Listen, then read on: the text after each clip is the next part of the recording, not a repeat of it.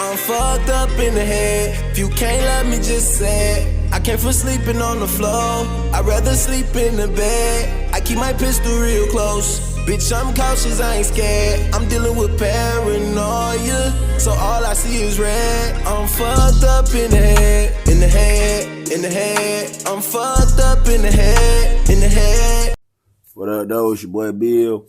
What happens when the sex offender goes to prison?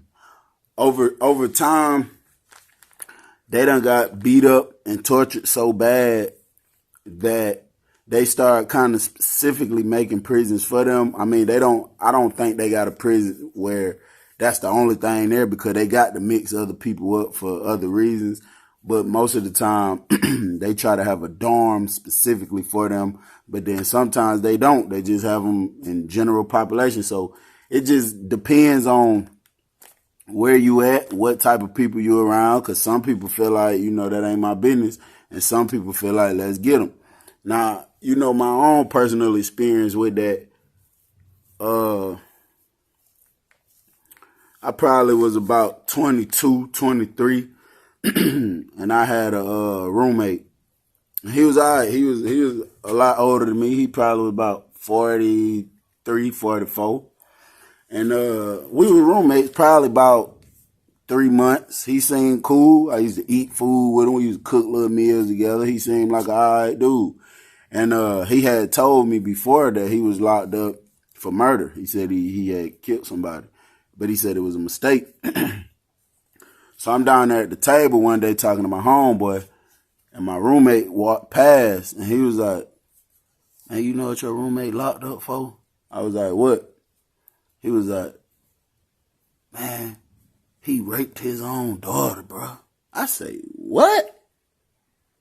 He said he raped his own daughter. So I'm like, hell no, he got to be playing. Then he like, and he killed her, and she was only like, she was a baby. I think she was probably like 4 or 5.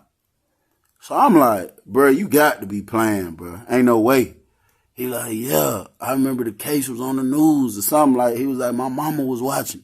So I'm like, nah, bro, ain't no way. I don't believe that. I don't believe that. So we went upon ourselves. We took it upon ourselves. I didn't have a phone at this time. He didn't have one either, but we had used somebody's phone.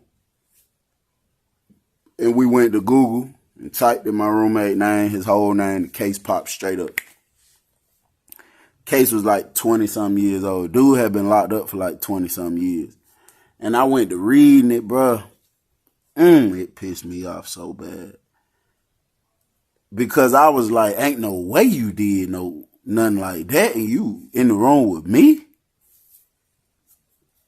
It instantly disgusted me. So what I did was, I had told dude, because dude was like, let's go beat him. But I was wondering, the reason I didn't believe it at first, because I'm like, why ain't nobody been beat him? Why ain't nobody been did nothing to him? But he was like, they don't know what he locked up for. Didn't nobody know. Sometimes people look you up, sometimes they don't. So, he was like, man, all them scars on his head. Now, he did have a lot of scars on his head, but I just never thought to ask him, you know what I'm saying? But he was like, man, that come from him going to other prisons and people find out what he in there for. So he was like, bro, let's go get him, whatever. So I'm like, I was with all the foolishness back then. Like I said, I was about 22, 23, 24, one of them.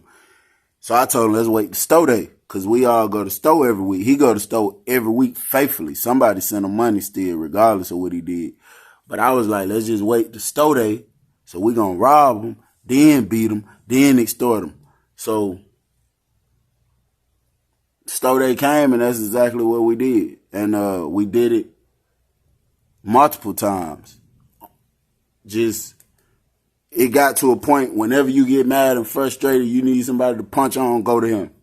And if he looked like he's starting to win a little bit, we all finna jump. Just on the strength, you disgusting.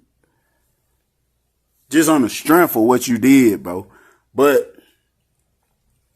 as time went by and I got a little older and I started seeking the Most High more, and I started just learning about God and stuff, I reached the point where I feel like that's not my business, and I try my best not to judge people.